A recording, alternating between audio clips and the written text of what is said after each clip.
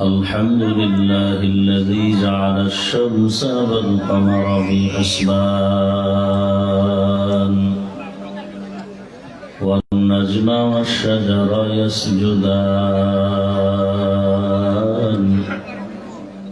وفضل زمانا على زمان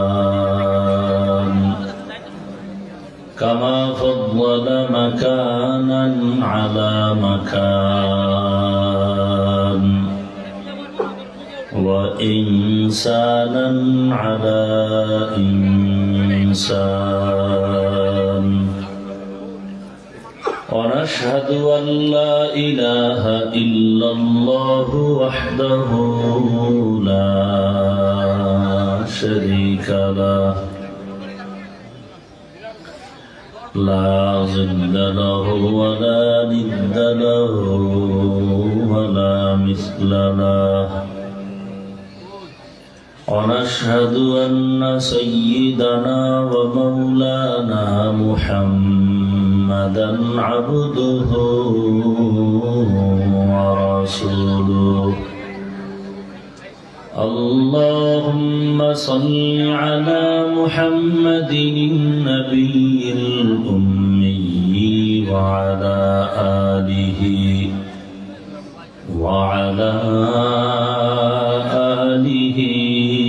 وسلم تسليما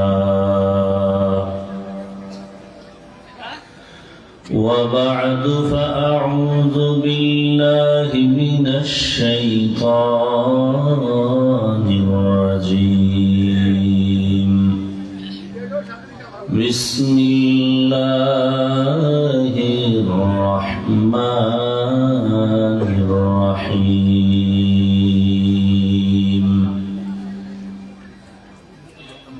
ألف لام ميم ذلك الكتاب لا ريب فيه هدى للمتقين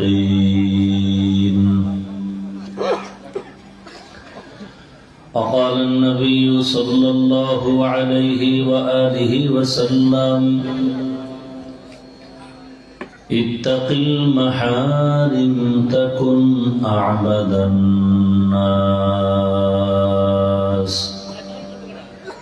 صدق الله مولانا العظيم وصدق رسوله النبي الأمي الكريم ونحن على ذلك من الشاهدين والشاكرين والذاكرين والحمد لله رب العالمين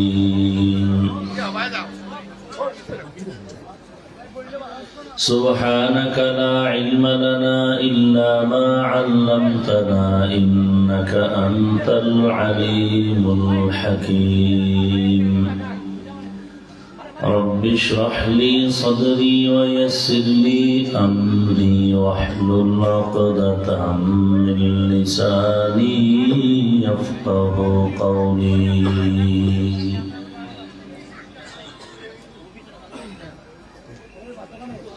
सूरज ने दिया अपनी शुआओं को ये पैगाम सूरज ने दिया अपनी शुआओं को ये पैगाम दुनिया है अजब चीज को भी सुबह को भी शाम दुनिया है अजब चीज को भी सुबह को भी शाम दुनिया में हो दुनिया का तब बुगार नहीं हो दुनिया में हो दुनिया का तब बुगार नहीं हो बाजार से गुजर हो खरीदार नहीं हो बाजार से गुजर हो खरीदार नहीं हो मकबूल है शाद है काबिल तो बहुत है मकबूल है शाद है काबिल तू बहुत है आईना के मानिंदे तू नहीं दिल तो बहुत है आईना के मानिंदे तू नहीं दिल तो बहुत है। उत्तर भवानीपुर फरेस्ट ऑफिस इस्लामी যুব কল্যাণ পরিষদ ও মসজিদের উদ্যোগে আয়োজিত ইসলামী মহাসম্মেলন 30 ডিসেম্বর 2025। উপস্থিত মোহতারাম সম্মানিত সভাপতি হযরত উলামায়ে কেরাম, অত্র অঞ্চলের বিভিন্ন স্থান থেকে আগত আল্লাহ পাকের আশিকিন, জাকিরিন, শাকিরিন, মুহিব্বিন, মুরব্বিয়ান আযম, কলিজার টুকরা আমার সমবয়সী যুবক বন্ধুগণ, স্নেহের ছোট ভাই, পর্দার আড়ালে মা বোনেরা, আল্লাহ পাকের দরবারে শুকর যে আল্লাহ আমাদেরকে সুস্থতার নিয়ামত দান করেছেন, আলহামদুলিল্লাহ। জীবনের এক অমূল্য সম্পদ আমাদের সুস্থতা। টাকা পয়সা বাড়ি গাড়ি সব আছে, কিন্তু আপনি আমি যদি অসুস্থ থাকি জীবনের কোনো মূল্য নাই। টাকা পয়সা বাড়ি গাড়ি তেমন নাই, কিন্তু আপনি আমি যদি সুস্থ থাকি এর থেকে সুখের জীবন আর। আল্লাহ আমাদের সুস্থতাকে দায়েমান কবুল করেন। এখনো যারা অসুস্থ ঘরে বিছানায় হসপিটালে, আল্লাহ তাদেরকেও সুস্থতার নিয়ামত দান করেন। হাজারো লাখো মানুষের ভেতর থেকে বাছাই করে আল্লাহ আমাদেরকে এই ময়দানে কবুল করেছেন। আর একবার শুকর আদায় করি, আলহামদুলিল্লাহ। দরুদ ও সালাম সাইয়্যিদুল মুরসালিন রাহমাতুল লিল আলামিন শফিউল মুযনিবিন খাতামুন নবিয়্যিন সৈয়দুস সাকালাইন ইমামুল মুরসালিন হযরত মুহাম্মদুর রাসূলুল্লাহ, সবাই মুহাব্বতে পড়ি সাল্লাল্লাহু আলাইহি ওয়া আলিহি ওয়াসাল্লামের উপর। সর্বোপরি শুকর যাদের অক্লান্ত পরিশ্রমের মাধ্যমে আজ সুন্দর আয়োজন, সময় পরামর্শ অর্থ দিয়ে দোয়া করে উপস্থিত হয়ে মাইক লাইট প্যান্ডেলের ব্যবস্থাপনার মাধ্যমে সার্বিক সহযোগিতা যারা করেছেন, প্রত্যেককেই আল্লাহ পাক এ খেদমতের বরকতে দুনিয়াতে শান্তি, পরকালে চিরমুক্তির ব্যবস্থা করে দিন। উলামায়ে হযরত আলোচনা করেছেন এবং আমার পরেও আলোচনা চলবে। এর মাঝে আমি অল্প সময় আপনাদের দোয়া নেওয়ার ফাঁকে দু চারটি কথা বলার জন্য হাজির হয়েছি। ইখলাসুর রুহানিয়াতের সমন্বয়, সহি নিয়তে, সহি তরিকায়, সহি কিছু কথা আমাকে বলার মতো, আপনাদেরকে শুনবার মতো দয়াময় আল্লাহ তৌফিক দান করেন। আলিফ লাম মিম ওয়াল্লাহু আ'লামু বিমুরাদিহি বিযালিক যালিকাল কিতাবু লা রাইবা ফীহি হুদাল লিল মুত্তাকিন। কোরআন হাকিম এমন এক কিতাব যা সন্দেহের উপরে সম্পূর্ণ মুক্ত, এবং এটা পথ দেখাবে ওই সমস্ত ব্যক্তিদেরকে, হেদায়েত করবে যারা আল্লাহ ভীরু। নবীজি বলেন, ইত্তাকিল মাহারিম তাকুন আবাদান নাস। আল্লাহর নিষিদ্ধ জিনিস থেকে তোমরা বেঁচে থাকো, আল্লাহ মানুষের মাঝে তোমাদের মর্যাদাকে বৃদ্ধি করে দিবেন। আয়াত ও হাদিসের তরজমা শেষ। নবীজি বলছেন, তোমরা আল্লাহর নিষিদ্ধ জিনিস থেকে বাঁচলে তোমাদের মর্যাদাকে আল্লাহ বাড়াবেন। আল্লাহর কাছেও মর্যাদা বেড়ে যাবে, উম্মতের কাছেও মর্যাদা বেড়ে যাবে। মর্যাদা বাড়বে কিভাবে একটা বিষয়, আর নিষিদ্ধ জিনিস থেকে ফিরে থাকবো এই আর একটা বিষয়। হাদিসের মূল এই দুইটা কথা আমরা আগে বুঝি, এরপর আয়াতের উপরে 2-4 মিনিট সময় পেলে কথা বলব।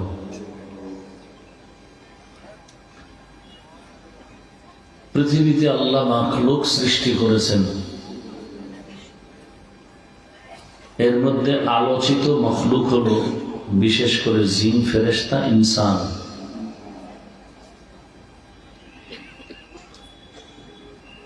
আল্লাহর দরবারে নূরের সৃষ্টি ফেরেশতা শ্রেষ্ঠ না, আগুনের সৃষ্টি জিন শ্রেষ্ঠ না। আল্লাহর আদালতে একমাত্র মাটির সৃষ্টি মানুষ। সে সহযোগিতা করতে হবে আপনাদের। কারা শ্রেষ্ঠ? মানুষ।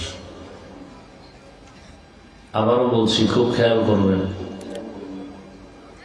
আল্লাহর মখলুকাতের মধ্যে নূরের সৃষ্টি শ্রেষ্ঠ, আগুনের সৃষ্টি শ্রেষ্ঠ, একমাত্র মাটির সৃষ্টি মানুষ।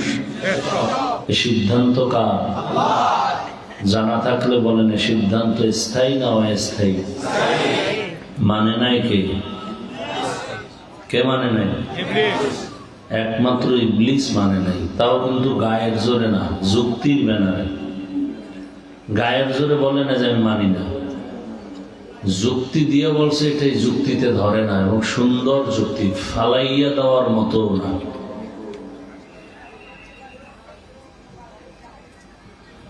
মানুষ যে শ্রেষ্ঠ, এই সিদ্ধান্ত আল্লাহ স্থায়ী করে দিলেন। ওয়ালাকাদ কাররামনা বানি আদম ওয়া হামালনাহুম ফিল বাররি ওয়াল বাহরি ওয়ারাযাকনাহুম মিনাত তাইয়্যিবাত ওয়া ফাদ্দালনাহুম আলা কাসীরিন মিম্মান খালাকনা তাফদীলা। বনি আদম অনেক শ্রেষ্ঠ। কথায় কথা টানে। কিভাবে শ্রেষ্ঠ? এদের শক্তি বেশি। হ্যাঁ, শক্তির কারণে না, বরং পৃথিবীতে সমস্ত মখলুকের মধ্যে মানুষ হলো বড় দুর্বল। আল্লাহ বলেন, ওয়া খলিকাল ইনসানু যায়ীফা। আমি মানুষের মতো অন্য কোন প্রাণীকে দুর্বল করে সৃষ্টি করি নাই। পিপিলিকার কাছেও মানুষ বড় দুর্বল, মশার কাছেও দুর্বল। পৃথিবীতে মানুষের মতো দুর্বল কোন প্রাণী নাই। খানার বেলায় দুর্বল, ঘুমের বেলায় দুর্বল, মেধার বেলায় দুর্বল। এক কথায় মানুষের মতো দুর্বল কোনো প্রাণী নেই। অতএব শক্তির বাহাদুরিতে মানুষ শ্রেষ্ঠ না, মেধার বেলায় মানুষ শ্রেষ্ঠ না, খানার বেলায় মানুষ শ্রেষ্ঠ না।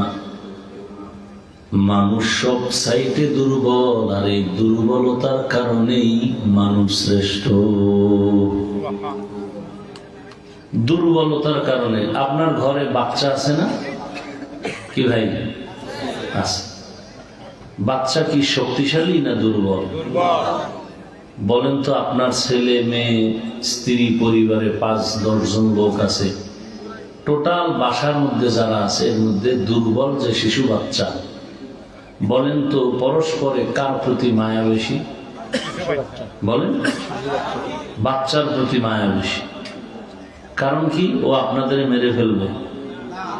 তাহলে এত মায়া কেন? হ্যাঁ, দুর্বল মায়ার কারণ। আর এই মায়ার কারণে ওই বাচ্চার সম্মান সবার কাছে বেশি। মাও বলে বাচ্চার দিকে নজর রাখিস, ভাই বোনকে বলে বাচ্চার দিকে নজর রাখো, বোন ভাইকে বলে বাবুর দিকে নজর রাখো, স্ত্রী স্বামীকে বলে বাচ্চার দিকে নজর রাখো। বড় ছেলে মেয়েরা ঘরের কিছু ভেঙ্গে ফেললে সবাই রাগ করে, বাচ্চাটায় যদি লাখ টাকার কিছু ভেঙ্গে ফেলে কেউ রাগ করে না? করে? দুর্বল, মায়া বেশি।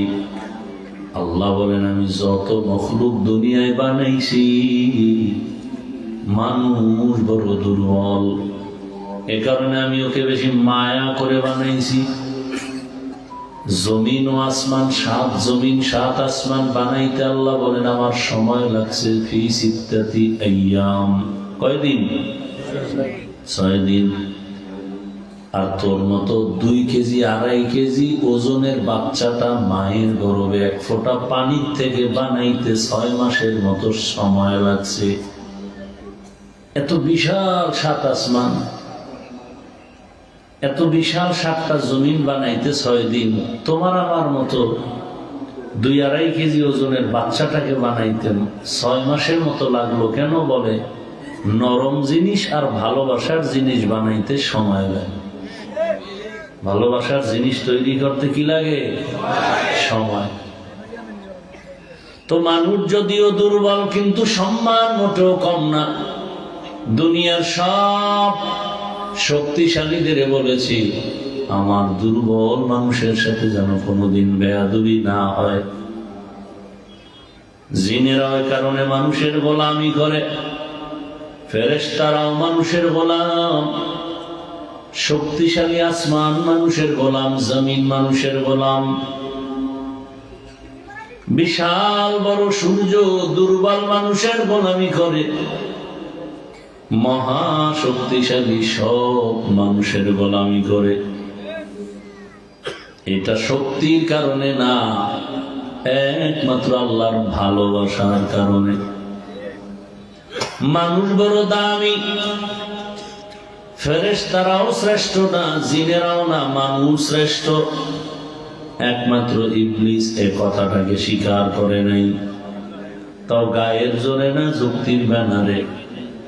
খালাকতানি মিন নার ওয়া খালাকতাহু মিন তিন।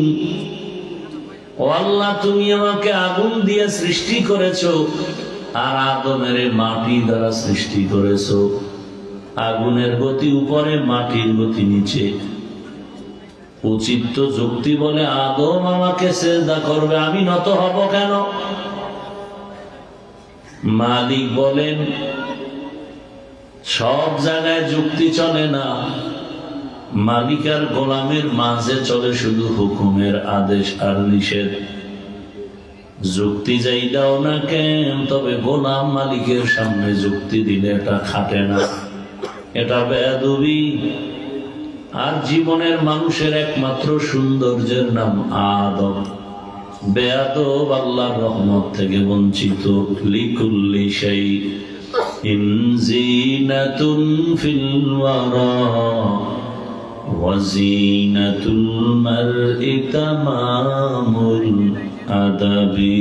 আজ খুদা খা হিমে তৌফিক আদব বেআদব মাহরুমে গাশত আজ ফজলে রা। তো মানুষ হলো শ্রেষ্ঠ। দুনিয়াতে আসার আগেই মানুষ বড় দামি, আসার পরে মানুষ দামি হয় নাই। বরং মানুষ সৃষ্টি করার আগেই তারা শ্রেষ্ঠ। তাহলে আবার আল্লাহর রাসূল বললেন, তুমি গুনাহ থেকে, হারাম থেকে বেঁচে থাকো, সম্মান বেড়ে যাবে। বলে মানুষ তো আগের থেকেই সম্মানিত, আবার সম্মান বাড়ার ব্যাখ্যা কি? বলে গোটা দুনিয়ার মানুষের মাঝে আল্লাহর কাছে মুমিন বড় দামি, যারা মুমিন না ওরা আলাদা হয়ে গেল, ওরা দামি না। আবার সব মুমিনের মাঝে ঈমানওয়ালা আমলওয়ালা দামি। আবার ঈমান আমলের সাথে যাদের ইখলাস আছে তারা বড় দামি। এক কথায় দুনিয়ার সব মানুষের মাঝে মুমিনেরা বড় দামি, আর সমস্ত মুমিনদের মাঝে আম্বিয়ায়ে কেরাম সবাই দামি। সব নবীদের মাঝে রহমতের নবী দামি। আর সব নবীর উম্মতের মাঝে আখিরি নবীর উম্মত আমরা হলাম দামি। ফলাফল কি দাঁড়াইলো? সব মাখলুকাতের মাঝে রাহমাতুল লিল আলামিন শ্রেষ্ঠ। দুনিয়ার সব উম্মতের মাঝে আখিরি নবীর উম্মত আমরা শ্রেষ্ঠ। এই শ্রেষ্ঠত্বের মাঝেও আবার আলাদা আলাদা সম্মান। বলে আখিরি নবীর উম্মতেরা সব উম্মতের মাঝে দামি, আবার এই উম্মতের মাঝে যারা কোরআনওয়ালা ইলমওয়ালা তারা আরো দামি। সবাই ইলমওয়ালা, না এর মধ্যে আমলওয়ালারা আরো দামি। আবার আমলের মধ্যে যাদের ইখলাস আছে তাকওয়া আছে তারা আরো দামি। তাকওয়াওয়ালাদের মধ্যে ক্লাস আছে, ক্লাস। সর্বোচ্চ তাকওয়াওয়ালা আরো দামি। বলে কেমন? বলে আমাকে এখন ভালোবাসে আমার ঘরের মানুষ, তুই আরো বিনয় হইয়া আল্লাহর রাজি করে চল, আরো দাম বাড়বে, এলাকার সবাই তোমাকে সম্মান করবে, এটা আর একটা দাম। আরো বিনয় হয়ে চলো, গুনাহ ছেড়ে চলো, আরো দাম বাড়বে। বলে তার পরিধি কেমন? বলে এখন তোমাকে এলাকার মানুষ ভালো জানে, একটা সময় আসবে তোমার সম্মান আল্লাহ এত বাড়াবে যে গোটা দেশের মানুষ ভালো জানবে। বুঝেননি কথা? গুনাহ থেকে বাঁচো আর আরো নিজের ছোট মনে করে চলো, আরো সম্মান বাড়বে। এখন তোমাকে গোটা দেশের মুমিনেরা ভালো জানে, সম্মান যদি বেড়ে যায় বেঈমানেরাও ভালো জানবে। এই ভালোবাসার মানদণ্ডে শাহজালাল, শাহবারান, শাহ আমানত, শাহ মখদুম, শাহ আলী, খানজাহান আলী, ৩৬০ আউলিয়া শুধু মুমিনের ভালোবাসা তারা শিখত না, হিন্দুরা পর্যন্ত তাদের নাম শুনে সম্মান করে, শ্রদ্ধা করে। এটাও সম্মান। আরো গুনাহমুক্ত হয়ে চলো, বিনয়ী হও।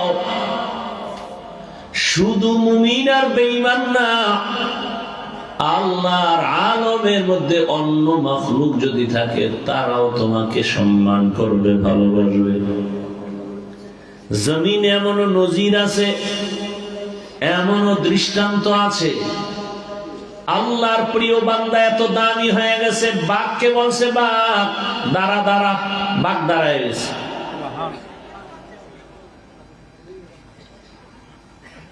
সূর্যকে বলছে সূর্য যেখানে আছে ওখানে থাক, আমি নামাজ আদায় করব, ডুবিস না, আসরটা শেষ করি, না হয় কাজা হয়ে যাবে। সূর্য জায়গায় দাঁড়ায় গেল। কাগজের মধ্যে কি লেখা বলছে, এটা নদীর মধ্যে ফেলে দে, পানি জারি হয়ে যাবে। লেখা কথাটা পানি, নদী শুকনা, নদীতে ফেলে দিল, পানির জোয়ার এসে গেল। সাপকে অর্ডার করছে, সাপ এদিকে আস, হাতের মধ্যে নিয়ে বলে তুই আমার লাঠি হয়ে ব্যবহার হবি, তো হয়ে গেল। এগুলো বুঝতে একটু কষ্ট লাগে না? খুব। অনেকে বলে কেমন গাঞ্জাখুরি কথা, সাপ হাতের লাঠি হয়। আচ্ছা আপনারা আমাকে বলেন তো, নামাজ নাই, রোজা নাই, তেলাওয়াত নাই, চেহারাটা ভাল্লুকের মতো, চুলগুলো উল্লুকের মতো, এরকম কিছু মন্ত্র শিখা কারিগর এরা সাপ নিয়ে খেলাধুলা করেনি? কথা বলেন না কেন? প্রথম কথা, মানুষ দামি না সাপ দামি? মানুষ দামি না বাঘ দামি? এই কথাটা মাথায় রাখবেন। নাম্বার ২, একটা বখাটে নামাজ নাই, ঈমান নাই, আমল নাই, এই মানুষটা যদি ওর কথায় সাপ চলে, চলে না? চলে না। আল্লাহর প্রিয় বান্দার কথায় সাপ চলবে না কেন? বলেন, আমাকে জবাব দেন। জীবনে পণ্ডিতি তো বহু করছেন, এই প্রশ্নের জবাব দেন। গ্রাম অঞ্চলে হাল চাষ করে গরু দিয়া, এদিকে করেনি? যারা চাষি এরা কি এমএ পাস? সাধারণ মানুষ। আপনারাই বলেন, এই চাষি যখন গরুকে অর্ডার করে দাঁড়ায়নি? একটা চাষি বেনামাজির কথা যদি গরু শুনে, আল্লাহর প্রিয় গোলামের কথা শুনবে না কেন? বুঝে আসে এই কথাগুলো? এই কথাগুলো ধরে রাখবেন। তাহলে সম্মান বাড়ার ক্লাস আছে না নেই? নদীর মাছ কথা শুনবে আপনার, এটা আপনার সম্মান। উড়ন্ত পাখি আপনার কথা শুনবে, এটা আপনার সম্মান। কুকুর আপনার কথা শুনবে, এটা আপনার সম্মান। এজন্যই বলেন ইত্তাকিল মাহারিম তাকুন আ'বাদান নাস। আল্লাহর নিষিদ্ধ জিনিস থেকে নিজেকে ফিরাও, তো সম্মান বেড়ে যাবে আল্লাহর কাছেও বান্দার কাছেও। এবার বুঝার কথায় হাদিস থেকেই আলোচনা চলছে। দ্বিতীয় পয়েন্ট হলো নিষিদ্ধ জিনিস কি যার থেকে ফিরব? কারণ মদ খাইও না, শেষ।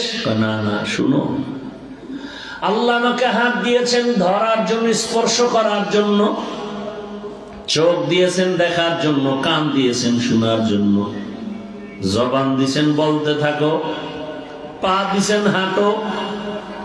বলে খবরদার, প্রত্যেকটা লাইনে তোমার সীমাবদ্ধ রেখাপাত করা আছে, বাউন্ডারি দেওয়া আছে। চোখ দিয়ে শুধু দেখবা দেখবা, তার মানে মনে যা চায় তাই দেখবা? না না না,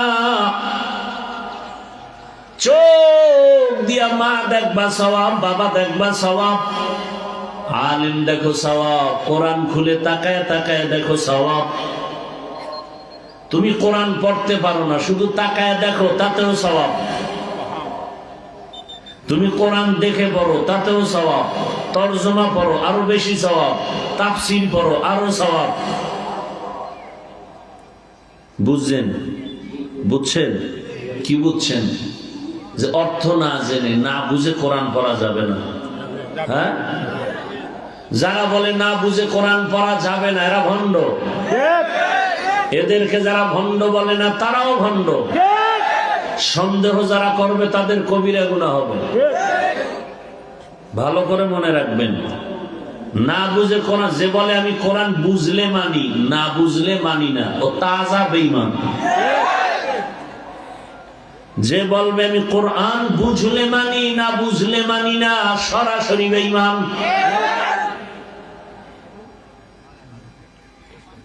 বড় কঠিন হালাত। চোখ দিয়া বাইতুল্লাহ দেখো সওয়াব, চোখ দিয়া বেগানার দিয়ে তাকাও সওয়াব। চোখ দিছে দেখার জন্য, তার মানে আকাম দেখবা। তো সারা রাত মোবাইলে আকাম দেখো কেন?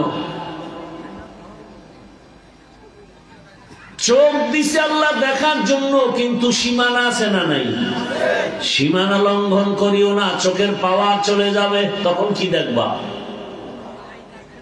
সীমানা লঙ্ঘন করলে মরার আগে তোমার সীমানা বন্ধ হয়ে যাবে। আমার কলিজার যুবক, যদি আল্লাহ চোখের পাওয়ার নিয়ে যান, সারা রাত মোবাইলে আকাম দেখবি কেমনে? নিজের হাতে নিজের ছুরি দিয়া নিজের গলা কাটা, এটা কত বড় অন্যায়। মোবাইলের দ্বারা নিজের জীবনটাকে নিজের হাতে ধ্বংস করা কত বড় পাপের কাজ, কত বড় নির্বুদ্ধিতার কাজ। আমার স্কুল কলেজ বলো, ঘর বলো, বাহির বলো, সব আমার কলিজার যুবকেরা নিজের জীবনটাকে তাকায় তাকায় নিজে নিজে ধ্বংস করে মোবাইলের মাধ্যমে। চোখের পাওয়ার নাই, কানের পাওয়ার নাই, কিডনি দুর্বল, হার্ট দুর্বল, চরিত্র নাই, লেখাপড়া নাই। মোবাইলের কারণে তোমার চরিত্র এতটাই খারাপ, চেহারায় কোনো নূর নেই, চেহারার মধ্যে কোনো মায়া নাই, আকর্ষণ নাই, তাকাইলে মায়া লাগে না। রাইসুল মুফাসসিরিন আব্দুল্লাহ ইবনে আব্বাস রাদিয়াল্লাহু আনহু বলেন, যারা গুনাহ করে ওদের এক নাম্বার শাস্তি চেহারার আলো নিয়ে যাবে আমার আল্লাহ। ওদের দিয়ে তাকাইবে না কেউ, তাকায় মায়া লাগবে না। মানুষের চেহারায় তো আকর্ষণ আছে। 40 বছর পর্যন্ত কোনো ক্রিম দিতে হবে না, সোনো দিতে হবে না, এটা ফ্রেশ থাকবে। খালি ওযু করো, নামাজ পড়ো, চেহারা ফ্রেশ, নূর চমকাবে চেহারা। কোনো মেডিসিন দিতে হবে না 40 পর্যন্ত। তোমার চেহারা নষ্ট কেন? চেহারায় বরণ কেন? চেহারা ডিসকালার কেন? সারা রাত শুধু মোবাইলে গুনাই করতেছো, গুনাই করতেছো, গুনাহ করতেছো। হাতের গুনাহ, চোখের গুনাহ, জবানের গুনাহ, অন্তরের গুনাহ। তোমার এতটা লেখাপড়া ধ্বংস। যুবক দাঁড়ায় বলতো তোর কোন সাইডটা ভালো আছে? মহব্বতের সাথে বলছি, রাগ করিও না। এই যুবক, মোবাইলের গোলাম, দাঁড়ায় বলতো তোর কোন সাইড ভালো? লেখাপড়ার সাইড? না, চরিত্র কয়টাও ধ্বংস। যৌবন আগেই বা সমানে হারবালের ওপেন চ্যালেঞ্জ চলতেছে সারা দেশ জুড়ে। মোবাইল আসছে, ওপেন চ্যালেঞ্জও আছে। নির্লজ্জ কি পরিমাণ মানুষ হইতে পারে বলার ভাষা নেই। ১৫০০ বছর আগে রাসূল বলে গেছেন, লা ঈমান লিমান লা হায়া আলা, যাদের লজ্জা নেই ওদের ঈমানই নেই। এ কারণে রাস্তায় ছেলে মেয়েরা গলায় হাত লাগায় হাঁটে, আবার ছবি তুলে। লজ্জা শরম নাই। কুত্তার লজ্জা আছে, ওর লজ্জা নেই। ও কুত্তার চেয়েও খারাপ।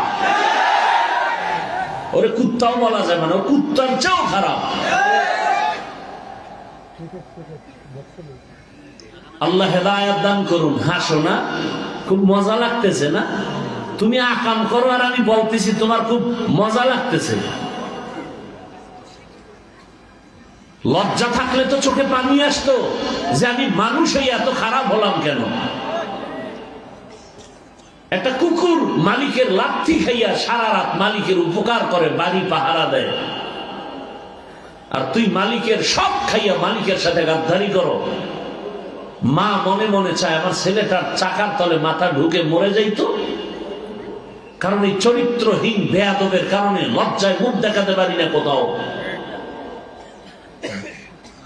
তুই মোবাইলে চরিত্র নষ্ট করার জন্য মায়ের টাকা চুরি করো, এমবি বলবি, বাবার টাকা চুরি করো। আর তোর লাইনের জাতি ভাই কিছুদিন আগে গোটা দুনিয়াটাকে জাগরণ করে কবরে গেল রক্তের ফোঁটা ফালাইয়া। ও রাস্তা দিয়ে হাঁটে আর মানুষ এসে এমনি টাকা দেয়, বান্ডিও দেয়।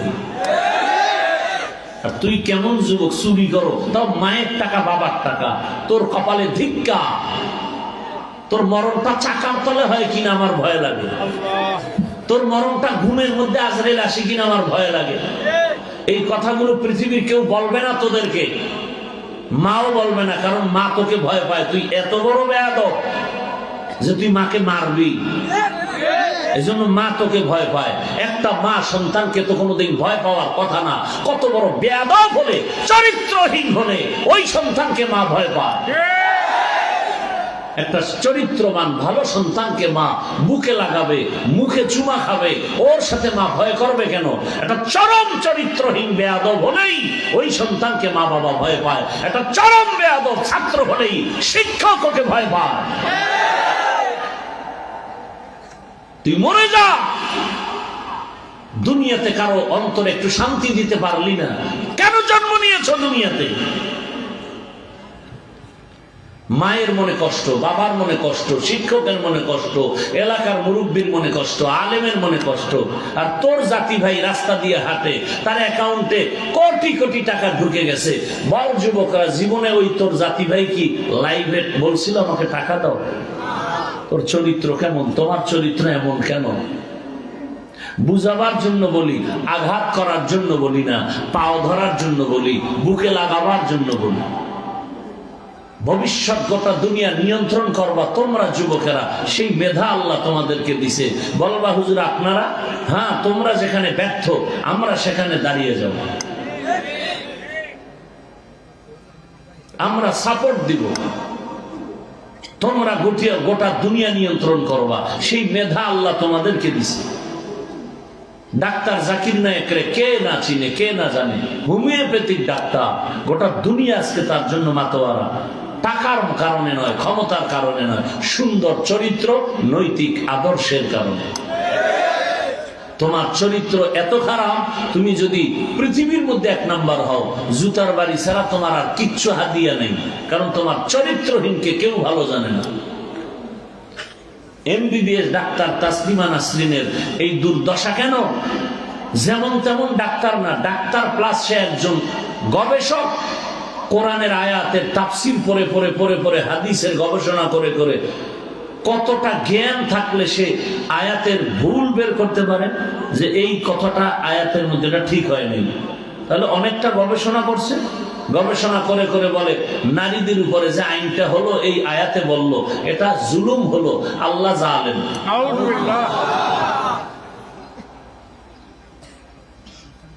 একটু বেয়াদবির কারণে জিন্দেগি বরবাদ হয়ে গেল।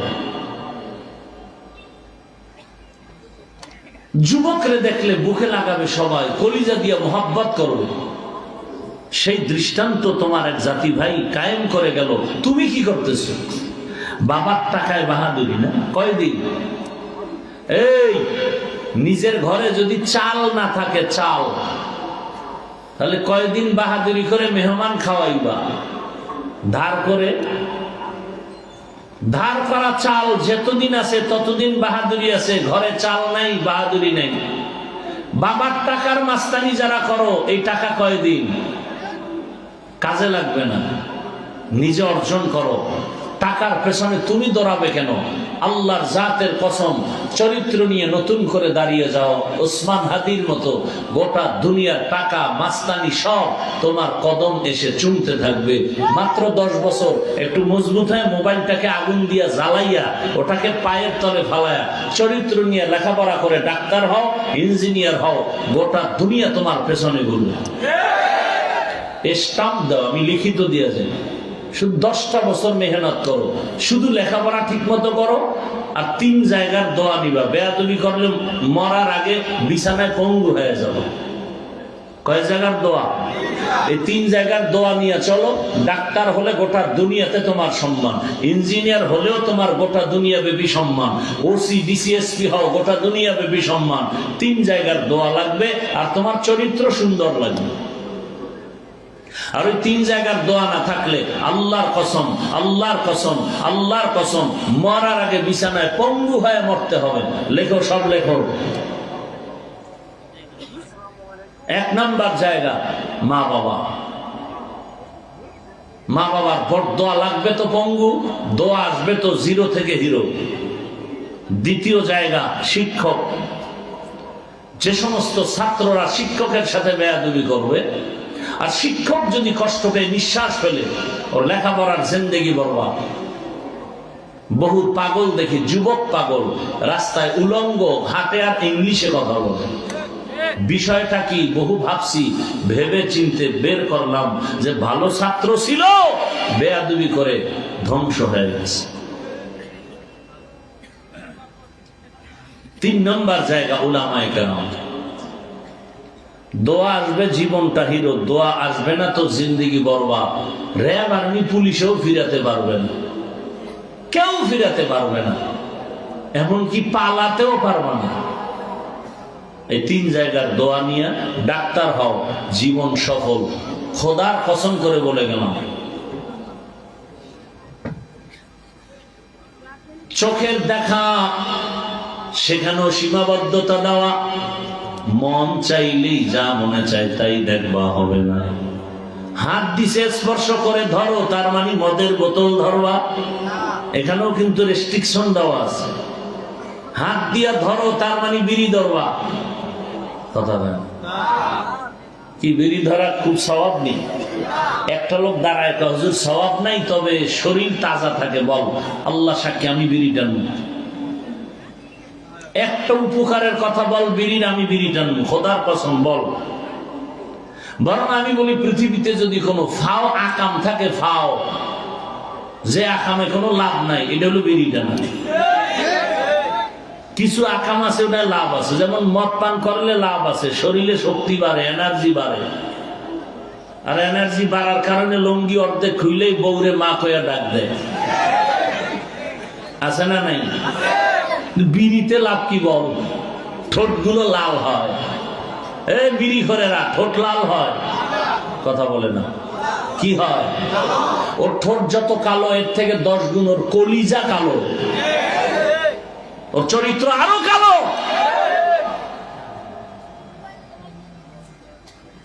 ফাওয়া কাম মানে ওটার মধ্যে একটা ভাব আছে, আলাদা ভাব। ওয়াজে আসছে বিড়ি টানতে টানতে, দেখায় আমি ওয়াজে যাইতেছি, আবার মোনাজাতের পরেও বিড়ি। কেউ ভাই তুমি মোনাজাতটা দিয়াই বিড়ি, তুমি কি মোনাজাতে বিড়ি চাইছো? তাই তো। ধরার জন্য আল্লাহ বলেছেন হাত দিছি স্পর্শ করো, ধরো। তার মানে বেগানার হাত ধরা যাবে না, মদের বোতল ধরা যাবে না, নিষিদ্ধ জিনিস থেকে হাতকে ফিরাও, নিষিদ্ধ জিনিস দেখার থেকে চোখকে ফিরাও।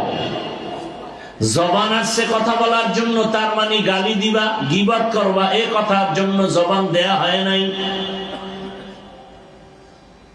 জবানের দ্বারা জিকির করো, তেলাওয়াত করো, তাসবিহ পড়ো, মা বাবার খেদমতে জবান ব্যবহার করো, কোরআন তেলাওয়াতে জবান চালু রাখো।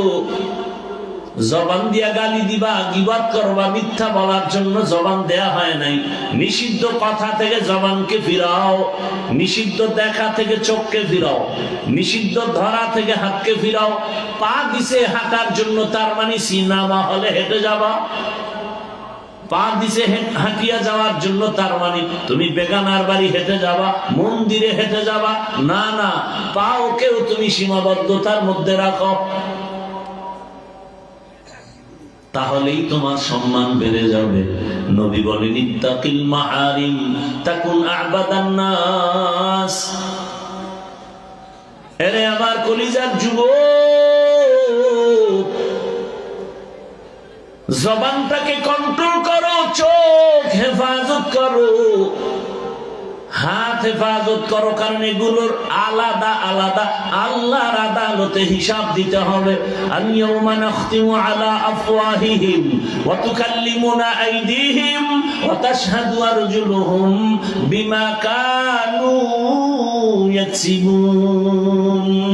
দস্তগুয়াদ মঞ্চুনি দুজদিদা আরম লব্বগুয়াদ মঞ্চুনি বু সিদাম চশমগুয়াদ চিদাম গামজা হারাম গোশগুয়াদ চিদাম সমরুল কালাম। এ আমার যুবক বাবারা, বৃদ্ধ বাবাজিরা, পর্দার আড়ালের মা বোনেরা, হাদিসের উপরে কথা বললাম, আয়াতের উপরে আর কথা বলার সময় নাই। তবে তরজমার উপরে আরেকটু বুঝায় যায়, যালিকাল কিতাব লা রাইবা ফি। এটা এমন একটা কিতাব যার মধ্যে সন্দেহ নাই, সন্দেহের অবকাশ নাই। হুদাল্লিল মুত্তাকিন, যারা আল্লাহকে ভয় করবে তাদের জন্য কোরআন হলো হেদায়েত। এই এরা যায় কই, হেদায়েত হয়ে গেছে। এই হেদায়েত থেকে দুইজনের হয়ে গেছে, আর না হয় বিড়ি টানতে যায়, দুইটার একটা হবে। জিন্দেগি মে বন্দেগি তু করনা হে, জিন্দেগি মে বন্দেগি তু করনা হে, जिंदगी बे बंदगी शर्मिंदा है, जिंदगी बे बंदगी शर्मिंदा है। यहाँ हम सब मुसाफिर, दिल ना लगा अहले दिल की नजर से रूह करता जा, शाह दौलत सब फकीर गर नेक नहीं, शाह दौलत सब फकीर गर नेक नहीं। जिंदगी में बंदगी तू करना है, जिंदगी में बंदगी तू करना है, जिंदगी में बंदगी बंदगी शर्मिंदा है जिंदगी बे बंदगी शर्मिंदा है जिंदगी में बंदगी कुन बंदगी बंदगी बे जिंदगी शर्मिंदगी। আমি যে এতক্ষণ বয়ান করলাম রে বাবা, একবারও বলি না যুবকেরা আমার মতো হুজুর হয়ে যাও, মাদ্রাসায় যাও, স্কুলে তালা লাগায় দাও, পীরের কাছে যাও, তাবলিগে যাও। একবারও বলি না রে যুবক, বরং আমি তো বলি এই লাইনের বয়ান করনেওয়ালার ওলামাদের অভাব নাই। আর আমার দেশে মাওলানা মুফতি মুহাদ্দিসের আলহামদুলিল্লাহ অভাব নাই। তবে আমার দেশে আদর্শবান ডাক্তারের বড় অভাব, আদর্শবান ইঞ্জিনিয়ারের অভাব। আমার সোনার বাংলায় এত ডাক্তার, এত হসপিটাল, কপাল ভরা দুঃখ যে একটা মায়ের বাচ্চা সিজার হয়, প্রসব হয়, একটা হসপিটালও আজান দেওয়ার কোন সিস্টেম নাই যে বাচ্চার ডান কানে আজানের আওয়াজ দিবে, বাম কানে ইকামতের আওয়াজ দিবে। এমনকি মুসলমানও একথা অনেকেই জানেই না। আছে জানা মতে আপনাদের কোন হসপিটালে বাংলাদেশে নাম দিয়েছে ইসলামী হসপিটাল, অথচ বাচ্চার কানে যে আজান ইকামত দিতে হবে জানেই না। এটা ইসলামী হসপিটাল হলো কিভাবে?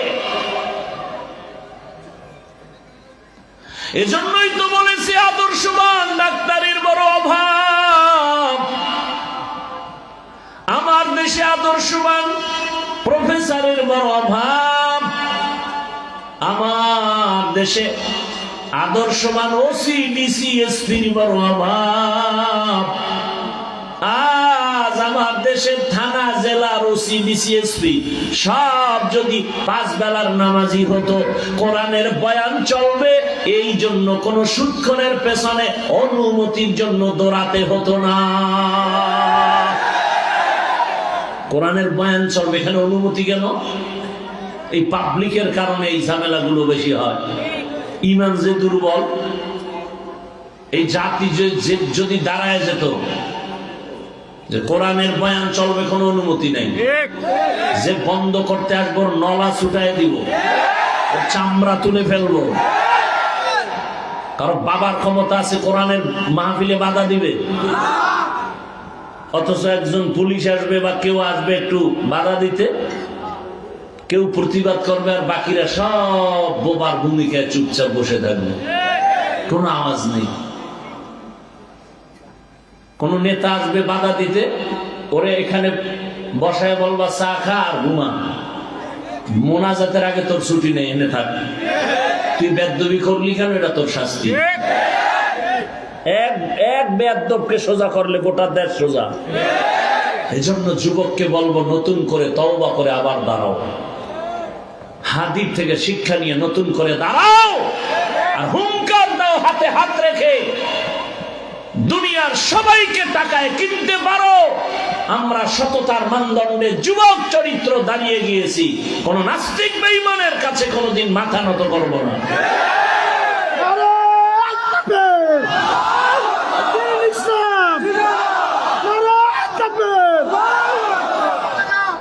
যুবক বাবারা, আমি ডাক্তার হইতে নিষেধ, কি ইঞ্জিনিয়ারের বিরুদ্ধে, স্কুল কলেজের বিরুদ্ধে। বাংলাদেশে একমাত্র আমি ব্যক্তি ভিন্ন লাইনের বয়ান ছাড়া শুধু এই লাইনে সাপোর্ট দেই। আমাকে অনেকে নিষেধ করে, এত করা বইল না স্কুল কলেজের পক্ষে। আমি বললাম বলতেই হবে, ও ডাক্তার হোক, 5 ওয়াক্ত নামাজি হবে, ইসলামের উপকার হবে। কি এরা আবার এবার বলো তো যুবক বাবা, তোমার লাইনের মানুষটা কি চাকরি করে, ব্যবসা করে, নামাজি নেই? এবার তোমার কপালে তুমি জুতা দিয়ে বাড়ি দাও, তোমার কপাল খারাপ কেন? তুমি পারো না কেন? তোমার মতো RAB, army, police, BDR, general লাইনে চাকরি করে নামাজ পড়ে দাড়িওয়ালা অভাব নাই। তোমার লাইনের কত যুবক স্কুলে পড়ে, কলেজে পড়ে, নামাজ পড়ে, রাস্তায় গাড়ি চালায়, নামাজ পড়ে, কৃষি কাজ করে, নদীতে মাছ ধরে, নামাজ বাদ দেয় না। বানায় বলতেছি। তাহলে তোমার পায়ে হাত রেখে বলি, বাবা তুমি পারো না কেন?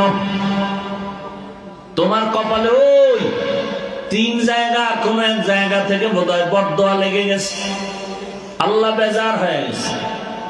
সময় আছে, তওবা করো। জীবনে তো গুনাহ কম করলা না, দাড়ি কম কাটলা না, পার্কে কম দৌড়াইলা না, এখনো কি শখ মিটে নাই?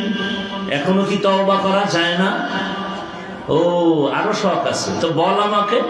আর কত রাত মোবাইলে গুনাহ করলে শখ মিটবে? আর কতদিন পার্কে পার্কে ঘুরলে, মেয়েদের নাচ গান করলে তোমার আশা পূরণ হবে বলো? এবং এটাও বলো তোমার হায়াতের বাকি আছে আর কতদিন, এটাও বলো। ঘুমের ঘরে লাশ, গাড়ির নিচে লাশ, পানির ভেতরে যুবকের লাশ। ও পর্দার আড়ালের আম্মা জানেরা, বোনেরা, আপনার মতো কত মা কত বোন এই এলাকায় এখনো আছে, পর্দা করে, নামাজ পড়ে নাই? ভিন্ন মা বোনদের বলি, আপনারা কেন বেপর্দায় মার্কেটে মার্কেটে দৌড়ায়া বেগানার বদ নজর লাগায় নিজের জীবনটাকে নষ্ট করতেছেন? আপনাকে যত বেগানারা দেখে দেখে দেখে অন্তরে কল্পনার জেনা করে, কল্পনার জেনা। এজন্য অন্তরেরও বিচার হবে। ইন্নাস সামআ ওয়াল বাসারা ওয়াল ফুআদ কুল্লু উলাইকা কানা আনহু মাসউলা। একটা বেগানার দিকে তাকাইলে মনে মনে কল্পনার গুনাহ হয় না? হয় না? এটাকে বলে অন্তরের জেনা। বড় কঠিন কথা। হেদায়েতের মালিক আমার আল্লাহ।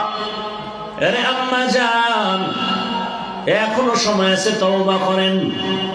আল্লাহকে মনে মনে বলেন, হে আল্লাহ, আর বেপরদায় চলবো না, নামাজ ছাড়বো না, মোবাইলে সময় নষ্ট করবো না। একটা সন্তান তুমি দিছো, সন্তানটাকে আদর্শ ডাক্তার বানায় যাব। ওই সন্তান ডাক্তার হয়ে রোগী দেখবে, আজান হলে রোগী দেখা বন্ধ, নামাজে যাবে, নামাজ পড়ে তেলাওয়াত করবে, মা বাবার জন্য দোয়া করবে।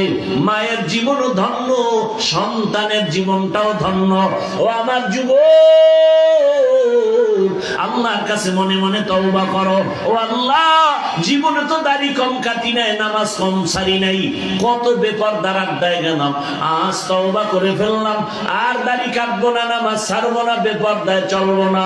মা বাবার দোয়া, শিক্ষকের দোয়া, ওলামায়ে কেরামের দোয়া পরামর্শ নিয়া নবীজির সুন্নাত অনুযায়ী জীবন চালাবো। তওবা করার মতো যদি অন্তর থাকে, মুনাফিকি না থাকে, খাঁটি তওবার নিয়ত যাদের আছে, দুটো হাত আমার আল্লাহকে দেখায় দাও। আয় আল্লাহ, হাতগুলো কবুল করে নেন, তওবা কবুল করে নেন।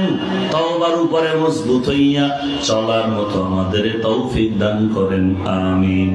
আলহামদুলিল্লাহি রাব্বিল আলামিন, ওয়াসসালাতু ওয়াসসালামু আলা সাইয়্যিদিল আমবিয়াই ওয়াল মুরসালিন ওয়া আলা আলিহি ওয়া আসহাবিহি আজমাইন। ইয়া আরহামার রাহিমিন, ইয়া আরহামার রাহিমিন, يا أرحم الراحمين. رب ارحمهما كما ربياني صغيرا. اللهم إنك عفو كريم تحب العفو فاعف عنا. اللهم إنا نسألك رضاك والجنة ونعوذ بك من سخطك والنار. رب العالمين, এ মাহফিল কবুল করে নেন, আয়োজনকারী সহযোগিতাকারীদের কবুল করে নেন। আয় আল্লাহ, কত উলামায়ে কেরাম, মুরব্বী, হাজী সাহেব, কত যুবক, কত ছাত্র, পর্দার আড়ালের মা বোনেরা হাত তুলেছেন, সবাইকে মাফ করে দেন। আয় আল্লাহ, নবীর সুন্নাতওয়ালা জিন্দেগি দান করেন। আয় আল্লাহ, মেহেরবানি করে গুনাহমুক্ত জীবন দান করেন, তওবা কবুল করে নেন, আদর্শ গোলাম হিসাবে কবুল করে নেন। আয় আল্লাহ, নবীর রওজা বাইতুল্লাহ জিয়ারতের জন্য কবুল করে নেন। আয় আল্লাহ যারা ব্যবসা চাকরি করে হালাল ভাবে বরকত বাড়ায় দেন, হারাম থেকে হেফাজত করেন। আয় আল্লাহ অভাবীদের অভাব দূর করে দেন, ঋণ আদায়ের ব্যবস্থা করে দেন। আয় আল্লাহ সমস্ত মাদ্রাসা মসজিদ গুলো কবুল করে নেন। আয় আল্লাহ অন্যান্য শিক্ষা প্রতিষ্ঠান নবীর আদর্শে কবুল করে নেন। আয় আল্লাহ মা বোনদের আবেদা পর্দাওয়ালা বানায় দেন, সন্তানগুলো নেককার বানায় দেন, পরীক্ষার্থীদেরকে কামিয়াবি দান করেন। আমার কলিজার যুবক 5 ওয়াক্ত নামাজি কোরআন পড়নেওয়ালা বানায় দেন, মোবাইলের গুনাহ থেকে আমাদেরকে হেফাজত করেন আল্লাহ। আয় আল্লাহ আমরা যারা হাত তুলেছি জানি না এখানে কারা ইয়েতিম, বাবা নাই, কারো যেন মা নাই। আয় আল্লাহ